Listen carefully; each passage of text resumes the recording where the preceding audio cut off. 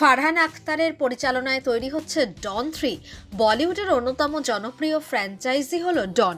2006 সালে পরিচালক ফারহান শাহরুখ খানকে নিয়ে বানান ডন, যা ছিল 1978 সালে মুক্তিপ্রাপ্ত অমিতাভ বচ্চন, জিনাত আমান অভিনীত একই নামের ছবির পুনর্নির্মাণ।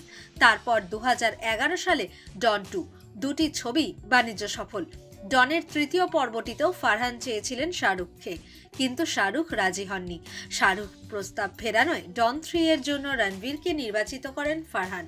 ডন ফ্র্যাঞ্চাইজির অন্যতম গুরুত্বপূর্ণ চরিত্র রোমা। ডন ও ডন 2 ছবিতে রোমার চরিত্রে দেখা গিয়েছিল প্রিয়াঙ্কা চোপড়া জোনাসকে। 2006 সালে ফারহানের ডন ছবিতে প্রথম একসঙ্গে কাজ করেন শাহরুখ প্রিয়াঙ্কা। তারপরে 2011 সালে ডন 2 ছবিতেও নিজেদের চরিত্রে ফেরেন তারা। সেই সময়ই কানাঘুষো শোনা যায় পর্দার বাইরে দুই তারকার সম্পর্কের গোপন সমীকরণ নিয়ে। এবার শাহরুখের জুতোয় পা গলালেন রণবীর।